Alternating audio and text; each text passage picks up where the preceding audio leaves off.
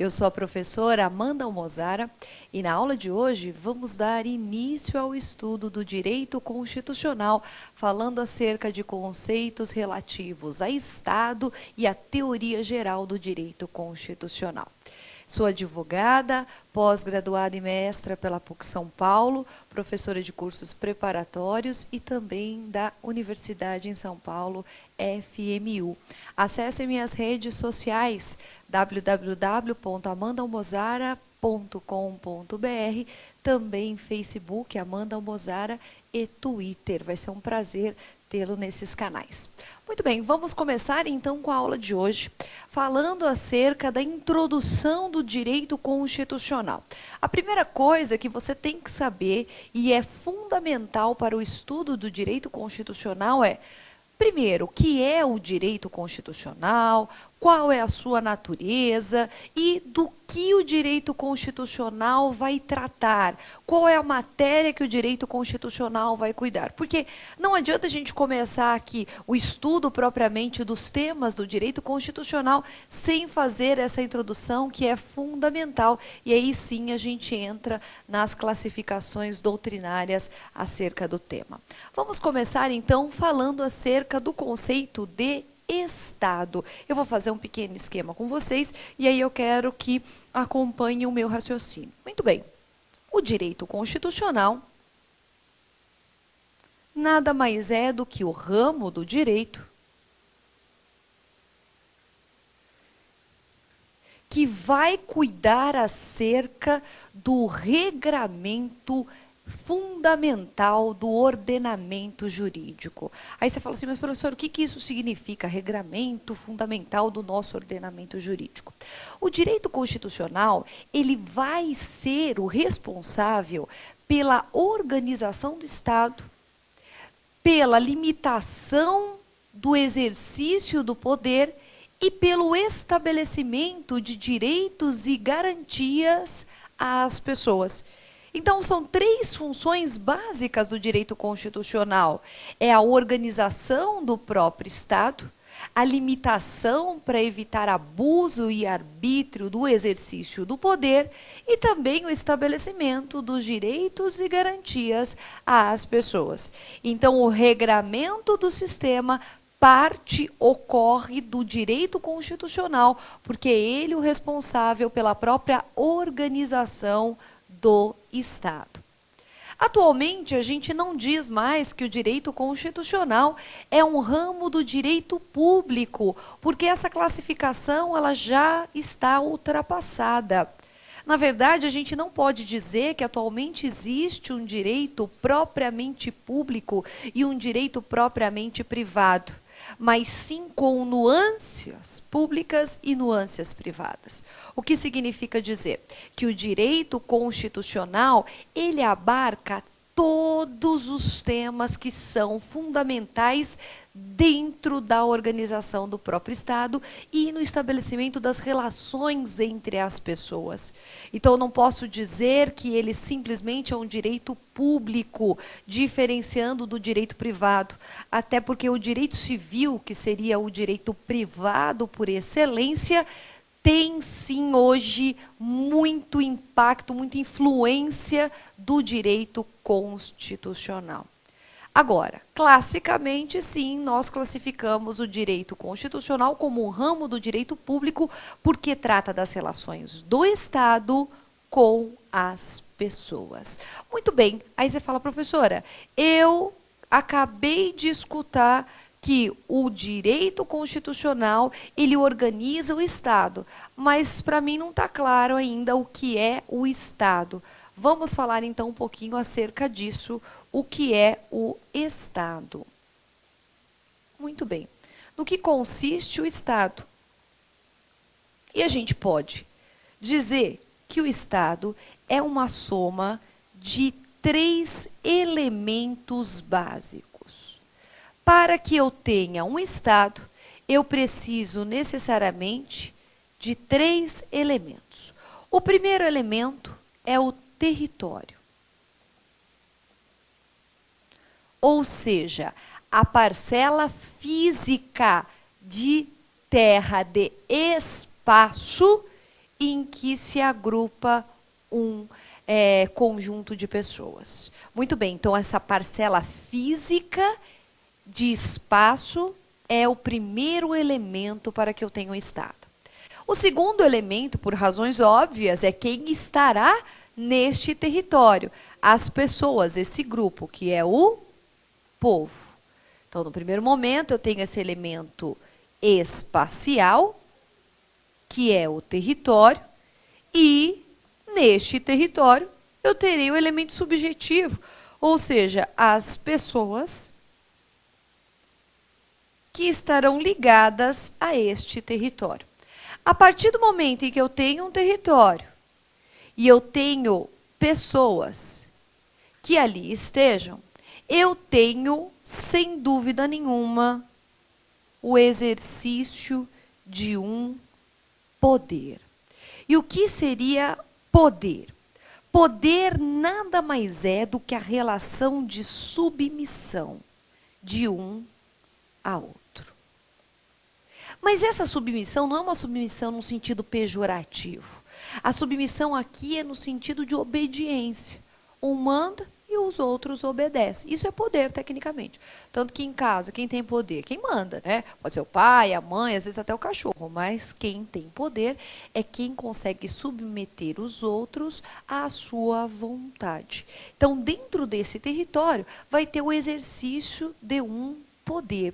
Só que para fins de conceituar Estado, eu não posso equiparar este poder como o poder que nós temos da mídia, como o poder que nós temos da ciência, como o poder que nós temos da música, qualquer poder, ou até poderes ilícitos, como o poder do tráfico no morro. Então, vejam só, não é este o poder que eu estou falando. Eu estou falando o poder que é próprio deste território e desse conjunto de indivíduos. É o que nós chamamos de poder estatal. Ou, em outras palavras, poder político, que é o poder do próprio Estado, que não se confunde com nenhum outro poder que possa ali existir. Alguns autores chamam este poder de soberania, porque não reconhece nenhuma capacidade maior ou igual de submissão, de estabelecimento de ordem, de regramento. Alguns chamam então de soberania, outros chamam de poder soberano, e cada autor vai ter a sua própria classificação. Mas o importante para a nossa finalidade aqui, para você entender efetivamente o direito constitucional, é você saber que o Estado nada mais é, então, do que a soma desses três elementos. Eu tenho um território, eu tenho um conjunto de indivíduos, e ali há uma organização, o estabelecimento de regras, em que um vai estabelecer e os demais vão se submeter. Agora, esse um vai estabelecer, não necessariamente é um indivíduo ou uma pessoa. No caso do Brasil, quem é o legítimo titular, dono deste poder? O povo.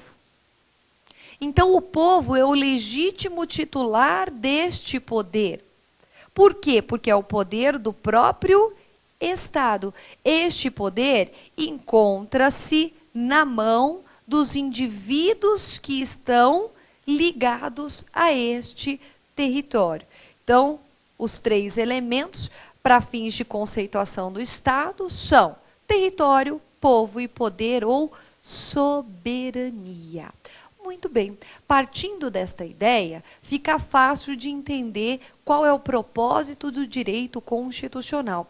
O direito constitucional, então, nada mais é do que o regramento específico daquele Estado que vai organizar toda a estrutura, também vai limitar o exercício do poder dentro deste território para evitar abusos e arbítrios e vai estabelecer direitos e garantias fundamentais àqueles que ali vivem ou habitam. Fica fácil de entender assim, né? Qual que é o propósito do direito constitucional. Agora, para a gente fechar a nossa ideia, vamos ver um conceito da doutrina acerca do Estado. Acompanhe então o que José Afonso da Silva nos ensina. José Afonso da Silva traz o conceito de Estado como uma ordenação que tem por fim específico e essencial a regulamentação global das relações sociais entre os membros de uma dada população sobre um dado território, na qual a palavra ordenação expressa a ideia de poder soberano institucionalizado. Então, vamos identificar no conceito de José Afonso da Silva quais os elementos que a gente trouxe para fins de identificação do que é o Estado. Olha aqui, ele vai dizer que é uma ordenação no sentido de organização mesmo, com uma finalidade específica e essencial de regulamentação das relações sociais entre os membros de uma dada população, de um dado território, na qual a palavra ordenação significa a ideia de poder. Então, qual é o propósito do poder, do território e da população, entendida aqui como povo, porque tecnicamente a expressão população vai ter outro significado. O elemento poder, soberania, nada mais é então do que a possibilidade de organizar, porque se eu não consigo submeter os demais a uma regra comum, ninguém respeita, então não há o que se falar em poder, não há o que se falar em submissão. Agora, esta ordenação institucionalizada, porque feita pelo próprio Estado como um ente que assim nascerá como uma pessoa jurídica para fins de ter esta aptidão de organizar as relações dentro desse território, pelo povo, ou seja, pelos que ali habitam. Okay? Eu quis trazer um conceito mais doutrinário para vocês entenderem como que o que a gente traduz de uma forma mais simples vai ter aí essa conotação mais teórica e técnica. Muito bem, então partindo desta ideia que nós acabamos de trazer, vamos trazer um outro conceito que é mais simples do Manuel Gonçalves Ferreira Filho, que diz que o Estado é uma associação humana, e aí a gente pode entender como povo, radicada em uma base espacial num determinado território, que vive sob o comando de uma autoridade, ou seja, de um poder, não sujeita a qualquer outro. Por isso, aquela ideia que eu falei para vocês, que alguns autores separam o poder da soberania, porque o poder seria essa aptidão de submeter o outro, de comandar, e a soberania seria o não reconhecimento de nenhum poder igual ou superior. Tanto faz, não importa, o importante é que você efetivamente entenda o que é Estado, entenda o espírito do que o direito constitucional pretende regrar e estabelecer. Muito bem. Outra questão importante é você não confundir o Estado com os entes que compõem esse Estado. E também não confundir o Estado com os poderes. Isso a gente vai estudar melhor em outras oportunidades. Mas neste momento eu quero deixar claro que o Estado, como uma entidade, como titular de direitos e deveres, é tido como uma pessoa. Aí você fala, professora, mas eu não entendo isso. Por que o Estado ele pode ser visto como uma pessoa? Então, o Estado é uma pessoa. E eu já sei quando eu vou ter um Estado, né? Quando eu tiver aqueles 3 elementos conjugados. Por que o Estado é uma pessoa? Infelizmente, você sempre assimila a palavra pessoa a um indivíduo, a uma pessoa física, a uma pessoa natural. E é aí que reside, é aí que está o grande erro. O que é pessoa para o direito? Pessoa para o direito é aquela titular de direitos e deveres frente ao ordenamento. Então, todo o que seja titular de direitos e deveres será uma pessoa.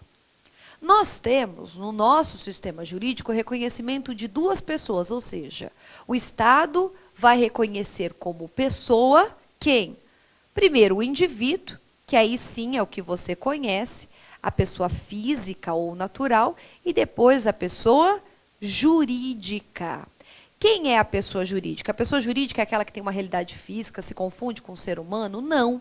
Mas é uma organização que tem uma finalidade específica e que, constituída nos termos da lei, é reconhecida aquela criação como titular de direitos e deveres, ok? Então, a pessoa jurídica o é porque é titular própria de direitos e deveres, assim reconhecido pelo sistema jurídico.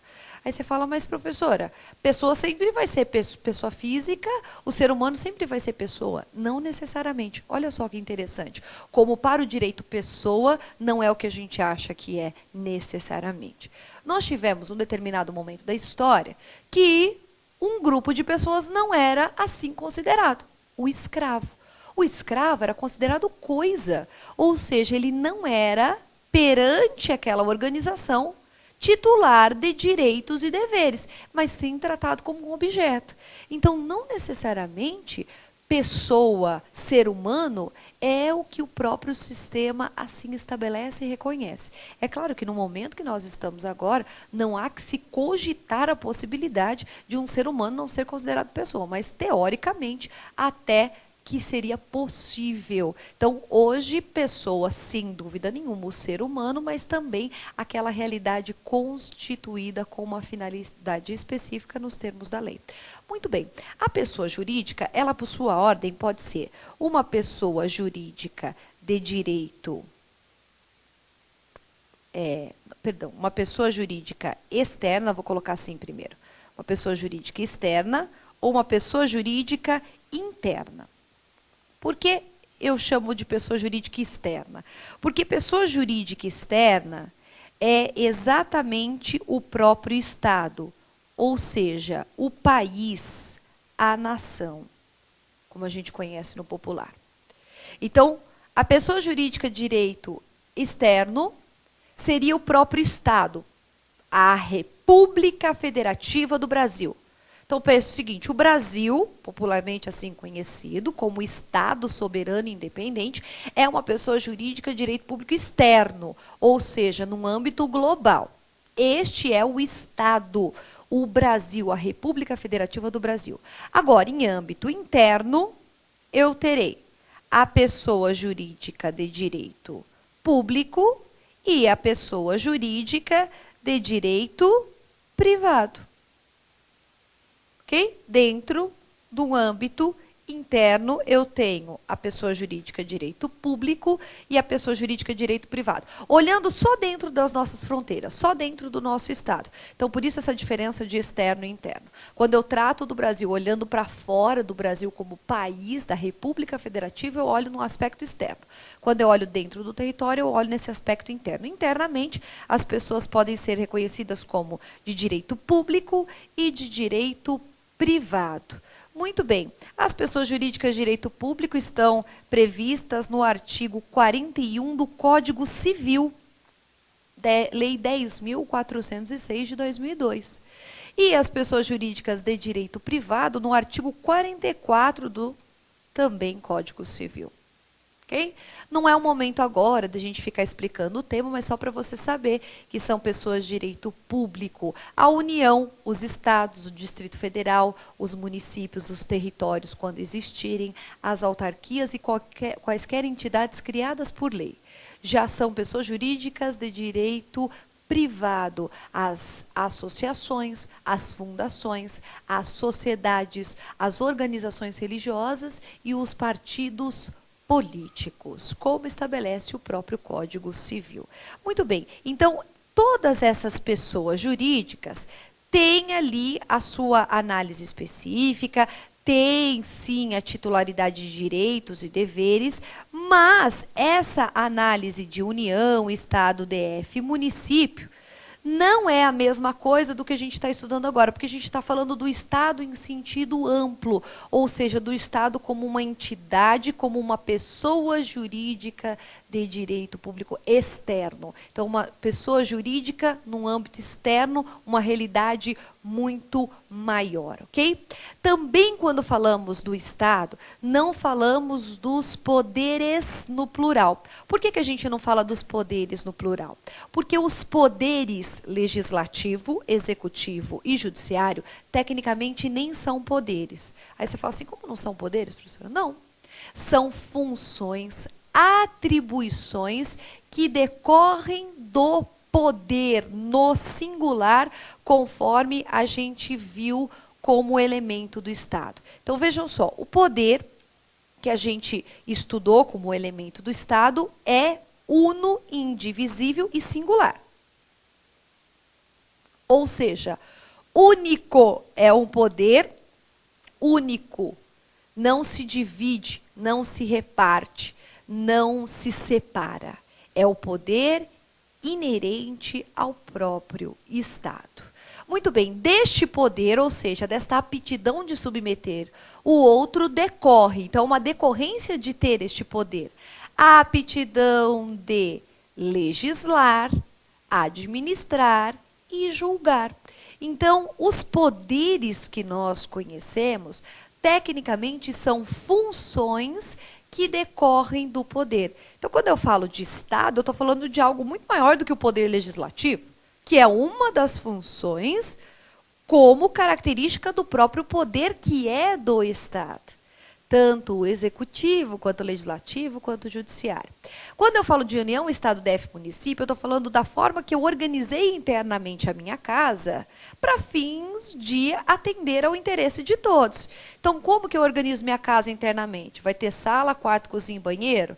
Não vai ter nada, vai ser um loft, só vai ter um banheiro e não vai ter divisão, não tem parede? Esta organização interna é a própria, digamos assim, a própria pessoa jurídica externa, ou seja, o próprio país, o próprio Estado que vai estabelecer. Então, o Estado tem que ser visto aqui como algo maior, como algo além simplesmente do que a gente está acostumado a ver como a União ou como o próprio poder que decorra dele. Também eu quero esclarecer, nesse nosso primeiro momento, nessa nossa primeira conversa, que a Constituição nada mais é do que o documento que vai regulamentar este Estado, que vai trazer o regramento de todo o ordenamento jurídico, estabelecendo a convivência entre as pessoas neste território.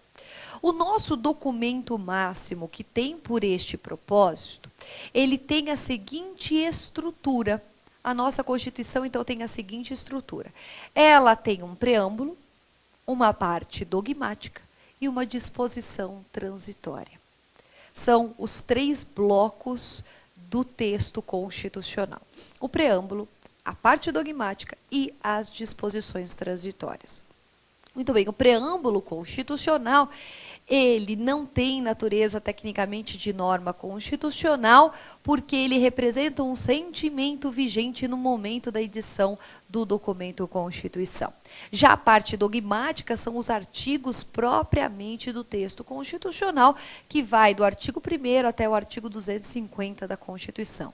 Mas a Constituição também é composta de um conjunto de regras que são tidas como transitórias para fins de regulamentar as situações que ocorram entre essa transição de sistema jurídico, ou seja, entre uma Constituição e outra Constituição. Então, toda a transição das relações de um sistema para outro estão reguladas pelo que nós chamamos de ADCT, os atos de disposições constitucionais transitórias, do artigo 1º ao artigo 97. Então, acompanhem que a Constituição ela vai ter esta formação: o preâmbulo, depois a parte dogmática, que vai do artigo 1º ao artigo 250.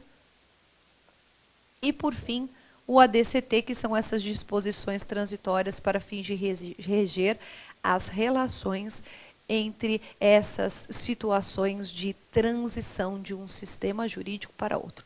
Em outras palavras, quando há uma alteração do texto constitucional, inicia-se uma nova ordem jurídica, mas as relações continuam, né? Não é que todo mundo dormiu e acordou e começou uma vida nova, a vida continuou, portanto, as relações dessas pessoas devem ser tratadas de forma transitória também pelo texto constitucional e é feito pelo que nós chamamos de ADCT. Então vamos lá agora falar acerca do conceito de Constituição. Depois de a gente entender o que é o Estado, qual é o propósito do texto constitucional, vamos dar uma olhadinha nos conceitos de Constituição. Constituição, então, nada mais é do que uma lei fundamental e suprema de um Estado, criada pela vontade soberana do povo. Ou seja, o legítimo titular do poder que é do Estado edita um documento que vai reger a vida de todos os que ali habitam, mas esse documento ele tem uma característica diferenciada. Ele é um documento supremo, ele é um documento fundamental que vai reger toda a vida dos que ali habitam. Por isso que é uma determinação de organização, tanto política, com a relação de poder, quanto jurídica, no sentido de estabelecimento de regras, dispondo sobre a forma, os órgãos que integram o Estado, as competências e também como que a aquisição e o exercício do poder no Estado. Cabe também ao documento constitucional estabelecer limitações do poder de Estado e enumerar os direitos e garantias fundamentais. Então, para você esquematizar, você pode colocar assim: ah, professor, eu já sei então que a Constituição é a norma mais importante de um Estado. É a norma jurídica chamada de fundamental, porque é ela que organiza toda a estrutura do Estado, é ela que estabelece as relações do poder, a fim de evitar o abuso e o arbítrio, e é ela que também vai estabelecer direitos e garantias fundamentais a todos os que ali habitam. Então, rege relação de poder, organiza o Estado no sentido de estabelecer o regramento jurídico ou normativo, as normas, e por fim estabelece os direitos dos que ali estejam vinculados. Tudo bem? Ficou fácil agora da gente conseguir avançar no estudo do direito constitucional, depois a gente conseguir olhar a Constituição com uma forma diferente, de um jeito de estudar, um pressuposto de estudo diferente do que a gente está acostumado. Porque não adianta a gente estudar o direito constitucional sem saber, pelo menos, o básico do que é o Estado, qual é o propósito dessa organização e por que a Constituição é tida como a norma máxima e fundamental. Eu agradeço pela atenção e já convido você para o nosso próximo encontro.